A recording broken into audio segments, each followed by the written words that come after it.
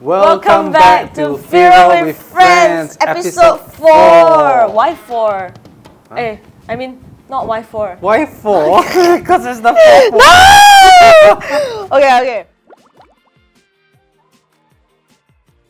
Yeah, anyways, we're gonna discuss about scams, talk about Ruben's experience with scams, how to avoid scams, just scams in general. So, my first question for today is, Yes. are you a scammer? I'm a scammer. Some people actually might call me a scammer. But you're not, right? I'm not. Okay, But cool. I That's guess great. like the definition changes, right? In my opinion, a scammer is someone that misleads, right? There Yeah. has to be an element of deceit. Saying things that you know that aren't true to get people to invest in you or to send money to you and whatnot. That is my definition of a scam. You know, like there are a lot of people who are called like Bitcoin maxis. That means they only believe in Bitcoin and they call everything else a scam. You develop anything else, if it's not on Bitcoin, you're a scammer. So like the word scam has been used too much, but we are talking about intentional misleading, you know, we're not talking about mistake. I would say also like if you just do it without even thinking to the point that you know at the back of your head this might hurt someone, that also counts as a scammer. But if you just say like, I made a good effort, it didn't work out, that's not a scam. That's just a failed project, right? That's just like a failed project or didn't do so well or stuff. But that is quite hard to tell, right? Because like some people actually maybe try to scam you and then they're just like, oh, we failed the project. The thing is that you can see, right? Like, I mean, what are their claims? What are they trying to say? And this is, I guess, quite difficult, especially if you're someone that only has a little knowledge about blockchain or cryptocurrencies. It is hard for you to verify like this person's claims and whatnot. Obviously, you know, I've been in the industry for a while, so like you kind of like, oh, this gives you like certain vibes and whatnot, right? When they make claims, you have to check whether does it back it up, whether it is actually backed up, right? So like for example, there are some coins, right? There's this one particular project that really hates me because although their market cap is quite high, but they claim like, oh, this technology we developed ourselves, you know, it's the fastest, it's the bestest, it's the most private and all this. Wait, why would they hate you? No, because I exposed them, right? Okay. So then obviously, you know, at first I tend to give people the benefit of the doubt. So I'm like, okay, well, why don't you explain this to me? Like, you know, this particular thing. And I was like, well, you know, they'll do like misdirection techniques. Look at the code because they think that, you know, I cannot look at the code. Most people cannot look at the code. They'll say, oh, it must be there. You know, it's kind of like, you know, how people like, oh, it's in the book, you know, that side of thing. And I actually went down to the code. I got my researchers and coders to look at it. And I'm like, no, this is kind of BS, right? Okay. Yeah, then when you call them out on it, then they misdirect or they say, oh, you're trying to, you know, you're just jealous or stuff like that. You know, these are very classic tactics and these are also even used by politicians, right? It's always misdirection. Like, especially you notice when you ask a straight question, they cannot give you a straight answer. Yeah. But I guess again, like, you know, back to the thing is that, you know, are you misleading someone? Because there's a fine line between marketing. Like obviously when people say, oh yeah, the best pizza in town, it's hard to be true, Yeah, it's right? like It's like, yeah, right. But Up then to user. I wouldn't call that a scam, Yeah. right? But then like if you're saying like, my pizza is going to make you live 20 years longer. That obviously is a scam, and that's the same with cryptocurrencies as well, right? Yeah. You guys just gotta be like smart enough. But you know, like generally people aren't smart enough. Yeah. So do you think that a lot of people have fallen for like scams? Definitely, especially in this like I would say like attention-driven world, right? People consume content differently now and they trust in influencers, you know, people like yourself, right? Obviously you're not selling anything, but there are many influencers that build off their influence to sell things which may not be the best type of things. In the cryptocurrency world, there are cryptocurrency influencers that will try to tell people what to buy, this is a great project and stuff like that. And those are, if you notice that a lot of these influencers are paid by the projects and they'll give them like allocations in the project, so they become incentivized to promote. Unless you disclose your holdings to say that I'm being paid to do this, then people don't know, right? So, oh, this person has a 2 million followers and stuff like that. So a lot of this, right? And Oh, it has happened before. many times Influencers. it's common, it's still happening today, but it's not limited to cryptocurrencies. I mean, this Yeah, happens in general, in right. general. Have you been scammed before? Yeah, actually, I have been scammed quite a lot of times. Like, okay, like for example, FTX, right? That's a very large cryptocurrency. Oh yeah, it exchange. crashed and I Yeah. heard you were like, Yeah, I was badly affected, right? What happened was basically, he said like, oh yeah, obviously as an exchange, you're not supposed to use your customers' money to gamble and do all these sort of things. So he was a clear scammer, but he was backed by very big people, right? He was backed by politicians, I mean, even Singapore's sovereign fund Temasek invested in FTX. There was all this like semblings of like legitimacy, right? But it turned out to be a scam. Or like for example, the Theranos lady, right? Like she was, backed by a former secretary of state. Theranos, the one that blood prick and say that you can analyze your blood and all of that. Was it Elizabeth Holmes? Have you heard? is that the circle? It's not Circle, but I mean like this was Theranos. Oh, there's another one. It was like, she was on the cover of Times, most successful lady, she idolized Steve Jobs, and she also like, basically scam everybody. And it also applies to cryptocurrencies as well, right? So I wouldn't say like scams and cryptocurrencies aren't unique in the sense that the tactics that people use are the same, right? But I would say the most lowest level of scam that actually would affect people like our father, mother, or auntie, uncle type of those that are promising very high returns. And all these are like really basic scams. All they ask you to do is like, oh yeah, you put in $1,000, we'll give you like, within 100% per annum or something ridiculous. Those are like called Ponzi. Ponzi type of scams, Yeah, Ponzi, right? and This like is what very common. money game. Money game. Yeah, I mean this also happens in crypto as well. It's not limited to crypto, but if you talk about, I would say, categories of cryptocurrency scams, let's first talk about like projects that are scams. So basically they raise a lot of money, they don't deliver, right? And then they just run away with the investor money, right? Got A lot is like, I would say, yeah, like there was a period in 2017 which was all about ICOs, which was called initial coin offering. Basically, before you even create the coin, you start selling the coin. But basically, you like sell pre-order, is it? Yeah, it's like pre-order. It's like Kickstarter. It's like Kickstarter Okay, for it's like coins, right? But then you promise that you're going to do this, going to do that, and these people were raising like millions and hundreds of millions of dollars. They didn't deliver, some of them. And the thing is that if you think about it, the incentives are not aligned because you already got all the money. Why would you want to deliver, right? It's like you should be like you are rewarded for your delivery of the product. But here in this case, you already got the money. There's no incentive for you to deliver the product, right? So this is, I would say, like very common, like during the ICO period. Then the other types, of course, you have the the scammy exchanges, which basically use your customers' money, and there's also like a kind of scam whereby the exchange. Do you know the concept of front running? Front running, because remember the exchange can see everybody's orders, right? So if they see that you're gonna do something, they can execute it before you. They kind of put their order before you, that sort of thing. So that's like a very unfair advantage. That means you're kind of like trading against your own How customers. do people do that? Another system? You have to be the exchange lah.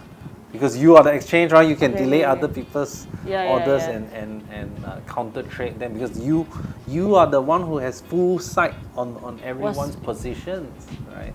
Well, that's crazy. This is also, and it's hard to catch unless you by that time if you manage to look into it, it's usually by that time the exchange already collapsed already. Then you're like, oh yeah, they did this too. Do you think a lot of people are aware of these things? No. So in Kuching there was this scam called Plus Token, and it was not even like a real token. I don't even know whether there was actual blockchain. I think it was just like some database and just like, oh, it's a token, And I think they managed to scam like several $1 billion. Sarawak people? No, I mean around worldwide. the world. It was, I think, probably wouldn't affect Sarawak. be affected because a lot of what happened was a lot of local gangsters brought this token thing in, and local hawker stores were accepting Plus tokens, and they even had like a Plus token headquarters Seriously? in a very prominent area in This is like legit. yeah, Recently. legit. Wait, Maybe let me like get a 4 or drink. 5 years ago. One of the ways to notice this is that they will, a lot of times people say, oh, if they pay me, they cannot be a scam. This is a wrong idea. Yeah. Because they will always pay you first to Yeah. make you like, oh, This is real, This is right? real, right?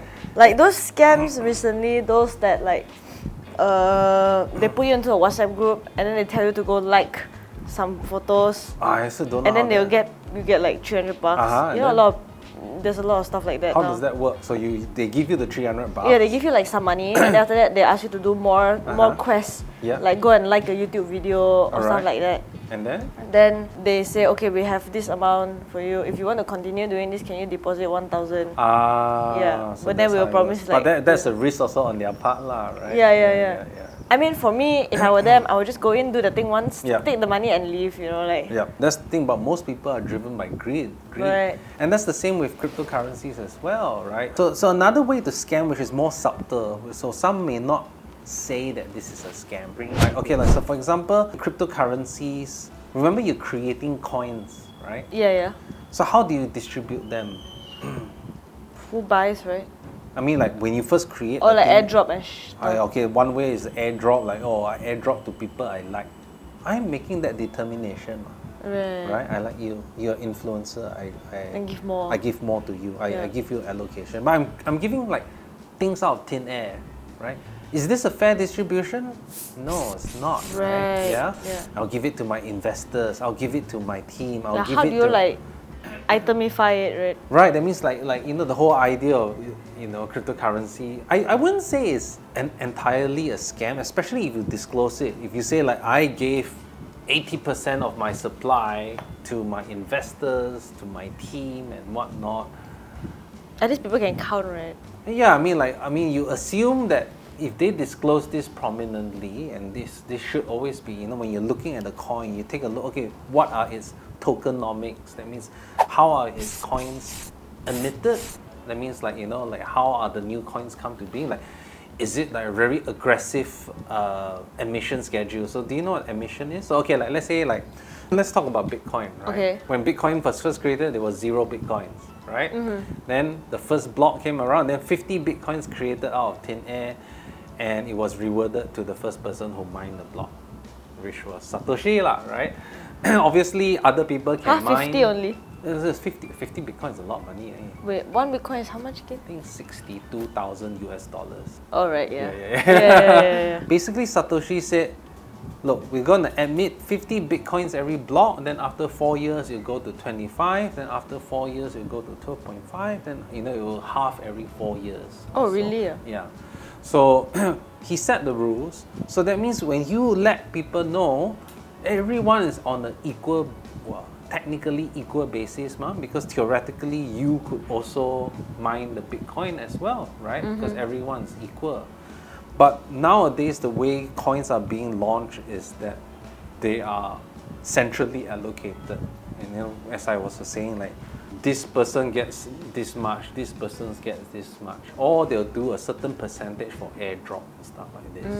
So one of the ways to kind of manipulate a coin to go up in price and make it look very good is, let's just say I have 1 million coins. And this is the total supply of my, let's say, Ruben coin. Okay. Right? Let's make it very extreme.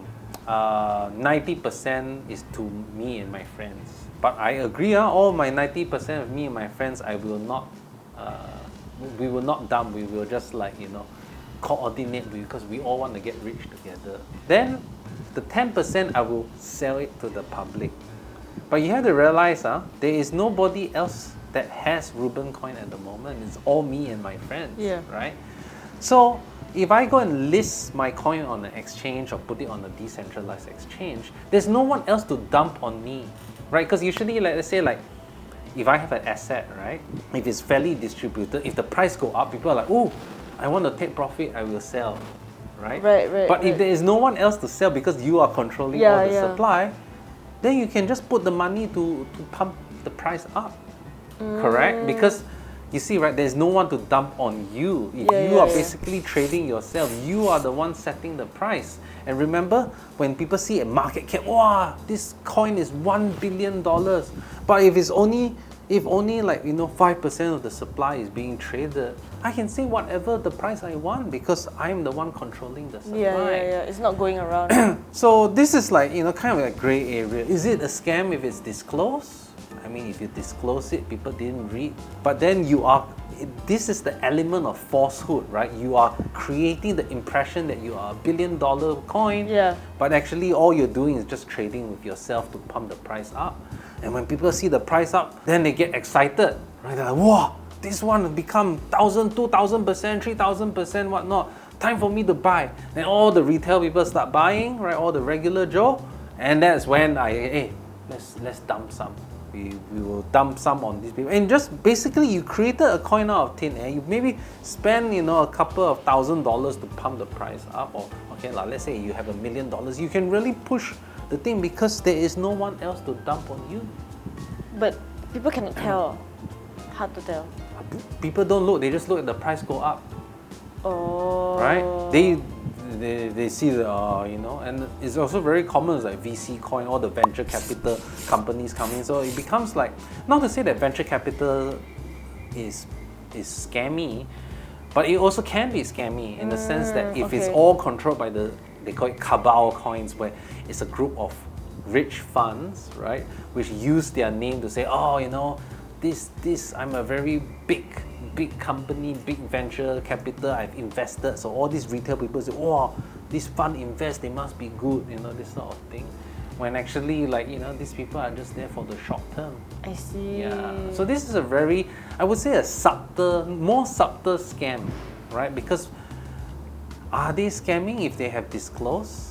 Maybe they just put it like somewhere in their website, not of course front and center, right? You just didn't bother to read it. Then you cannot say anything. It's like, hey, you didn't read the you fine didn't line. read it. What are you talking about? Everything is disclosed, and this is unfortunately the case with most coins today, which is basically very centralized issuance, and in a way, this is the way to grow your coin really quickly. Is it a scam if everybody wins? Like that sort of type of thing. There's a bit of a gray area there. That's one of those things. So it's so interesting how they can inflate the price up within their own group though. Yeah, so for example with Firo, a lot of people say, when the price dump is the team that is dumping. But then it is very hard for us to influence the price. We get 16,000 Firo a month. Everyone can see that, which is not a lot. It's like what? $40,000 US dollars to fund our entire research and development and all of that, and the rest of the supply, which is now like what, 14 million or so, is floating in the market, right? So our impact is very, very minimal. Like even if we sell, what is the impact of 16,000 Firo versus the entire supply, right? But then because when it's very decentralized, and if your holders are some people can decide to pump it, some people can decide to dump it, right? And then we don't have control of that. But if the price goes down, then people call us scammer. If the price goes up, then people say we are geniuses. But it has nothing got to do with scam. It's just we don't have control of the supply, while other projects do. So there's another way to kind of scam, which is even smarter. So there are some people who are like, the only fair type of coins are those that are mine. You have a headache, right? Huh? It's like Bitcoin. Yeah. You mine the Bitcoin, then it's like fair, right? That means I don't decide who gets it. So what these people do are very smart. So Bitcoin is emitted over like a few hundred years. I think maybe like 200 years or something like that, right? But then some coins are emitted like within 2 years, the entire supply already emitted. Emitted means Emitted like there's from zero coin. Let's say I say there's going to be 100 million coins, so I have to release the coins over time, right? Oh, Yeah. right. So like, Bitcoin Satoshi is is like 50 bitcoins every block, and then 25, then 2.5. Yeah, but now it's at. Now it's at 6.25 or something like that. Then- It's already half a few times. Yeah, already. then gonna be dead soon, right? Huh? It's gonna like. I mean, this is a more complex question which I don't want to go into because it gets very complicated. Okay, that's good. Yeah, That's yeah, good. yeah. But basically, it's like people see this type of things is fair because it's emitted over a longer period of time, right? People have more equal opportunity to get it. Of course, early adopters still win, right? But those that adopt it later, like, you know, you still have a chance. Yeah, right? yeah. But if I fully emit it within 2 years, it's a very accelerated. So your coin people may not know about it, right? But if only you and your friends kind of mind it, or like you kept it low and whatnot, then it ends up that it's almost like a centrally allocated coin as well. Right? Because if I control 90% of the supply because I decided to mine it. Of course, I'm taking a risk in the sense that I am hoping that this coin will be worth something, but it makes it very easy for me to manipulate the currency, but still say, I'm fair. I didn't allocate it myself. I also mine it like everybody else, right? So this is like a different level of scam. Is it a scam?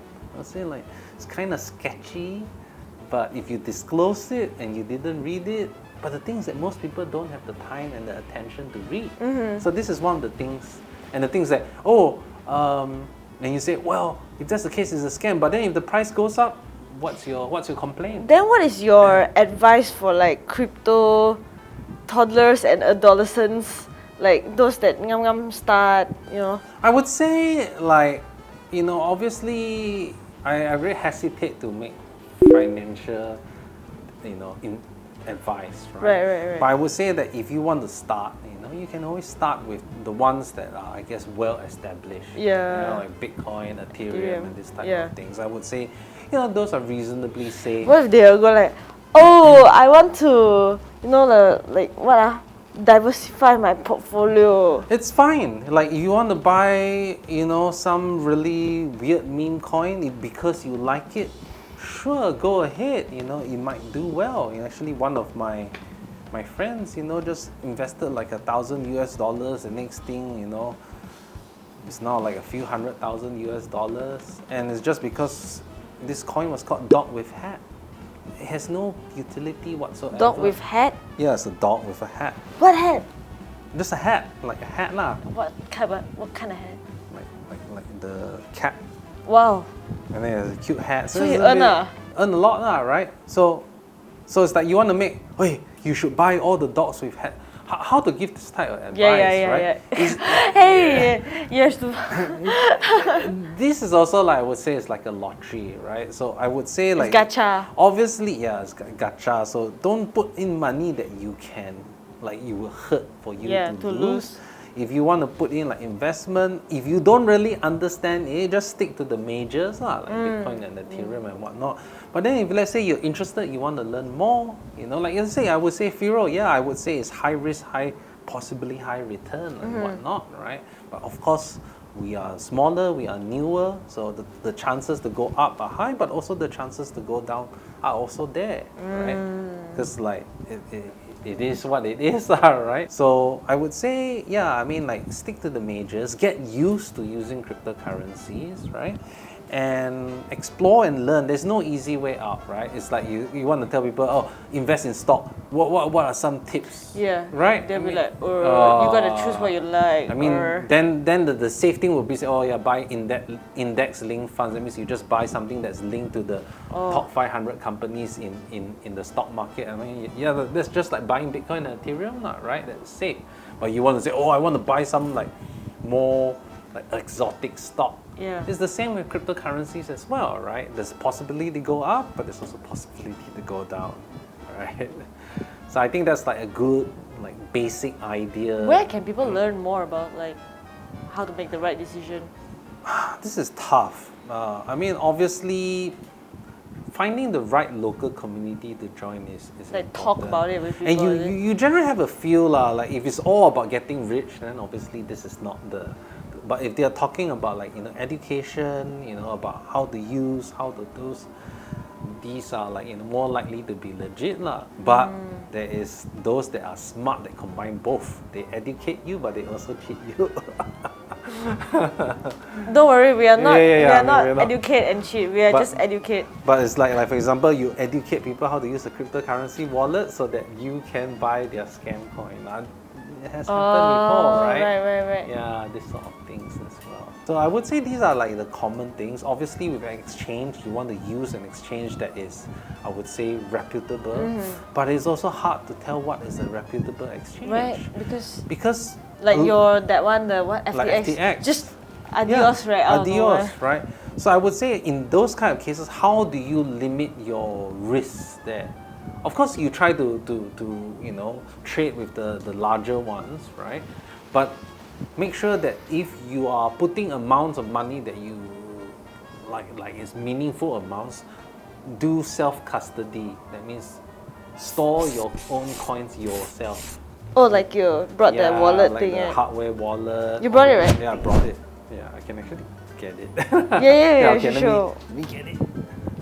Okay, so in I think was it the first episode or second episode we talked about like hardware wallets, software wallets. and this sort of thing. And like you gave apps to recommend, right? Right. Yeah. So obviously, like, if you have a wallet that requires you to store your seed phrase, that means they'll give you like 12 words or 24 words to kind of save, and you have to keep those words. That means put it in a safe, write it down, make sure the paper is not going to disintegrate. Wait, those are like what?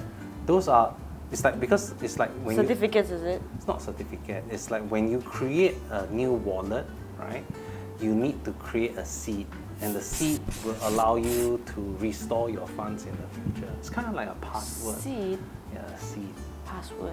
Right. So they'll give you 12 words, 24 words, right? And whoever has those words has access to all your coins, Wow. right? So you, because we always talk about cryptocurrency, be your own bank. Well, yeah, being your own bank also means you have a lot of responsibility, right? If you forgot the word or your paper gets destroyed and stuff like that. So this is a wallet. So obviously you can always store it in your mobile phone or your desktop or your computer and whatnot, and there's nothing wrong.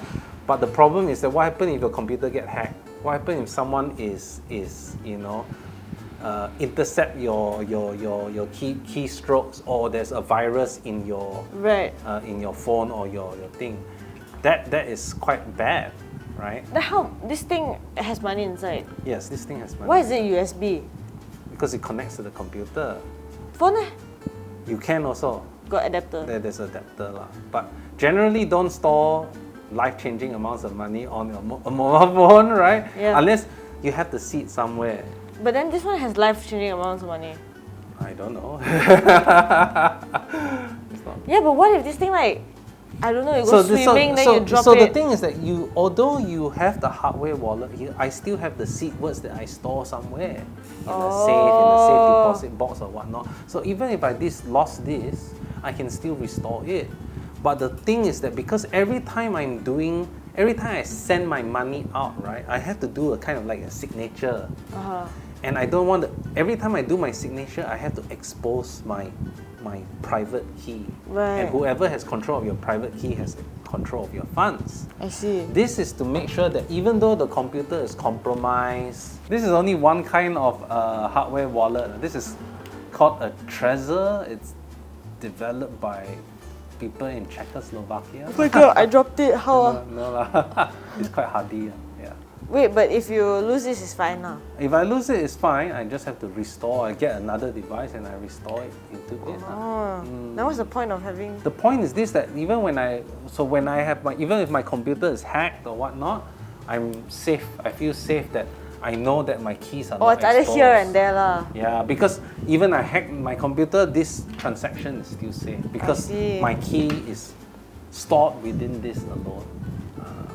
So this is a safe way to think. So when I'm talking about in context of scams, like exchanges can run away, they can go bust and whatnot. You want to store it yourself. But you have to take responsibility. Make sure you store your keys in a safe place. You have a safe deposit box. You have a safe or where you keep all your documents. So there's software for Trezor. Yes, there's a You Trezor. just like click, like Yeah, plug you put it in, plug it in. They can and see everything. Yes. What are the buttons for? The buttons are to confirm transactions because you don't want to confirm on the computer because they can put out fake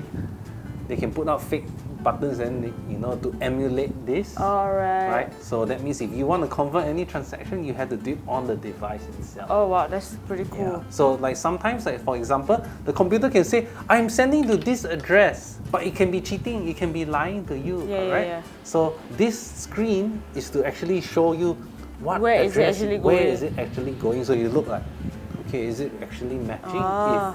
Yeah, so that means like this is kind of like it's secure, safe in itself. Yeah. So yeah, you can buy this. Is it expensive?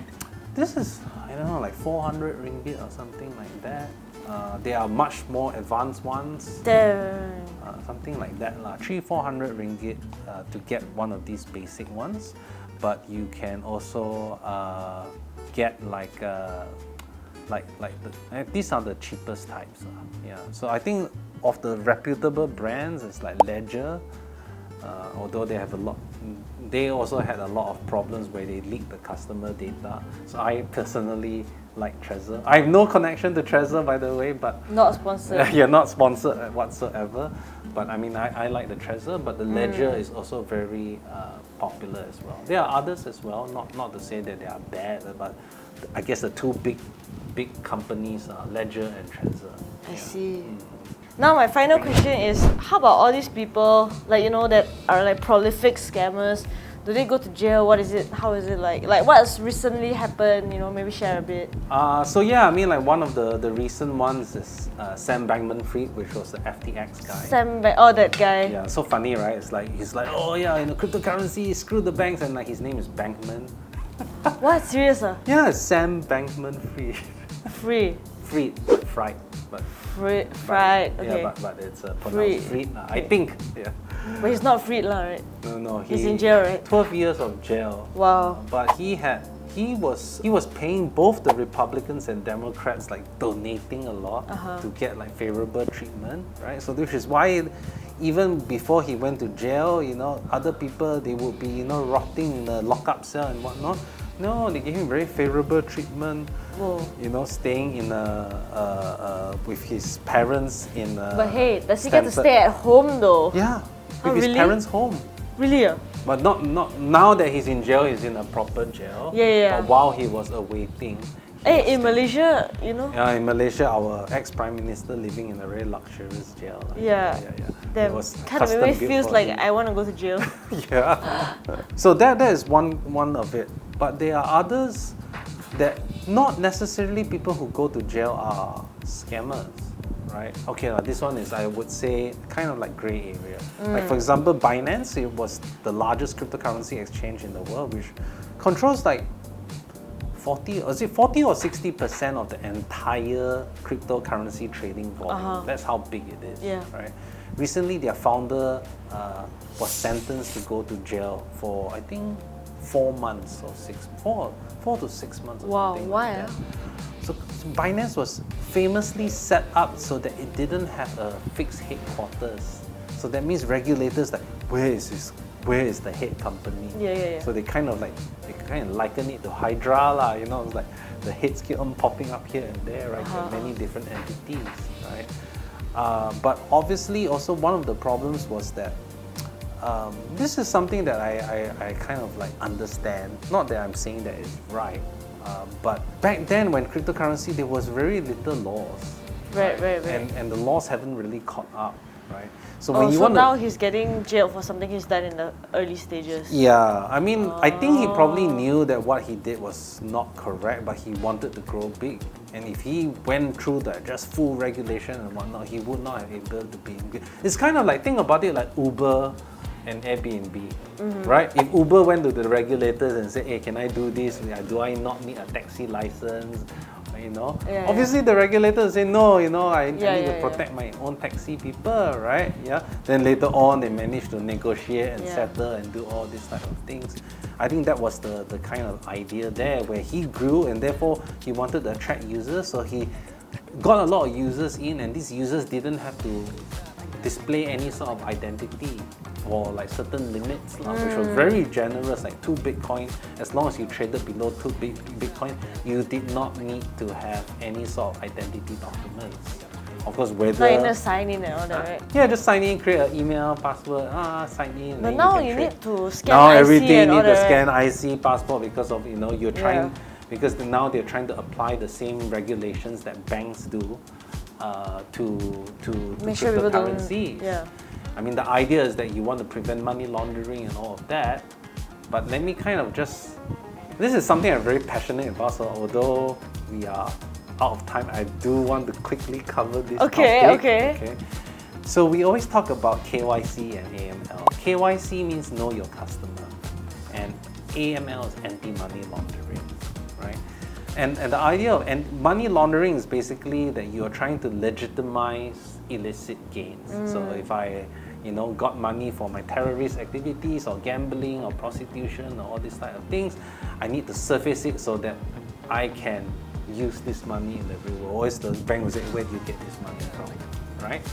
So I need to move the money here and there, right? So obviously cryptocurrencies can be used to do this as well, right? But the thing is that if you take a look, the idea, a lot of regulators say, well, if we force everyone to identify who they are, then it is very hard to do money laundering because now I know who transacts with who, Yeah. right? This is like, kind of globally accepted. But if you take a look at how effective AML and KYC policies, and it costs like billions and billions of dollars to implement because last time it's just like, put your name, put your email, and then like, okay lah, just say what your IC number. Now it's like, you have to do a liveness check, you have to look here and there. Yeah. It gets more and more complicated. These things are not cheap, it costs banks a lot of money to implement this. But how much crime has it actually caught? It's very little, right? So has it been effective in preventing money laundering? And evidence shows that all these things captures less than 1%. Right? So although we say it's for your protection, but it's also allowing surveillance by the governments to tell who is transacting with who. Right. And like next year or in the next couple of years, This is the Malaysia. purpose of crypto, right? Yeah, but Malaysia is Malaysia is implementing e-invoicing. Have you heard of this? Yeah. Yeah, right. Every single transaction you make, even you pay for a mamak and whatnot, reported directly to your Inland Revenue Board. Yeah. And they say, well, if you pay your taxes, no worries, no right? worries. But have you ever dealt with IRB? I have, and they will try to find you for things that you did correctly. Right? So it's about the balance of power. So anyway, that was a bit of a side thing. So anyway, he tried to run his exchange without doing all this KYC. Okay. And now he is being, saying that he's a money launderer. Who? The CZ, the guy that was the CEO and founder of Binance, Binance. okay. And now he's only serving 4 months. So that's, I 4 wouldn't months is say, I wouldn't okay. call him a scammer because Oh. he just didn't comply with the law, but did he cheat anyone? Yeah. Maybe he did with other things, but there's no evidence of that. But what he's going to jail for is not for a scam. It's Right. for non-compliance. But you also didn't know lah, right? Too early. No, he knew. Oh, I he think knew, he ah? definitely knew. Oh. Yeah.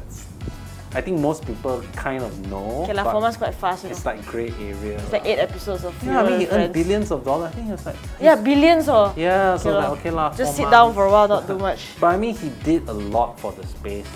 So, I think one of the problems with this world is that we always look for heroes. And we tend to ignore their flaws. People are complex and there's both good and bad. I see. And I think that's important when you are listening to someone, like even me, there's both good and bad. You have to see like, okay, don't just say, because Elon Musk said so, he's amazing, he can't You gotta do no think. wrong. Right? Yeah. So we're just gonna wrap up this episode by How scams work, basically. how scams work, some example of scam, how to avoid scams, Self-custody, self-custody. how projects scam people in different ways. Yeah, how to ICOs, keep your money safe. Correct. Hardware Hardware wallet. wallet, Yeah. seed code, Seed phrase. seed phrase. Yeah, we can probably set up a wallet like in the next show or something. Really, setting Yeah. a wallet with parts. Yeah, very easy. Yeah. Okay. Yeah. So that's about it. We are out of time. We are out of time, and this is the end of the episode. Yeah. See you in the next 2 wait, weeks. here's a trailer. Sponsored segment. Yeah, sponsor segment here. In a world brimming with curiosity, every penny spent tells a story. Firo ensures your tale remains yours and yours alone. A marvel of technology, safeguarding your financial freedom with the elegance and discretion of a private journal. Whether buying a cup of joe at the corner diner or securing treasures for your loved ones, Firo's Spark protocol keeps prying eyes out. It's your money, your business, and with Firo, your privacy is paramount. With Firo's Spark addresses, sharing your address becomes as carefree as a Sunday morning drive without compromising the sanctity of your personal financial haven. This ingenious marvel allows you to flaunt your address in the town square, shout it from the rooftops, or broadcast it on the evening radio while resting assured that its contents remain your secret alone. So, join the ranks of those who choose freedom, discretion, and peace of mind. With Firo, you're not just making transactions, you're making a statement. A statement that says, my financial privacy is my right. Firo, the future of private transactions. Secure, private, yours. Today, tomorrow, and for the future to come. Okay, did you guys enjoy that? Because I did. Actually, I cannot really see it, but yeah, you guys should have lah. Anyways, that's all from us for episode 4 of Firo with scams. Sorry, scams with friends. Nah, just kidding. Firo with friends, episode 4 scams. So yeah, that's it. Quite nice to watch, right? This content. I don't know. Oh, by the way, also you guys graduate. Now you guys are Firo kindergarteners. Give yourself a round of applause. See you in the next episode.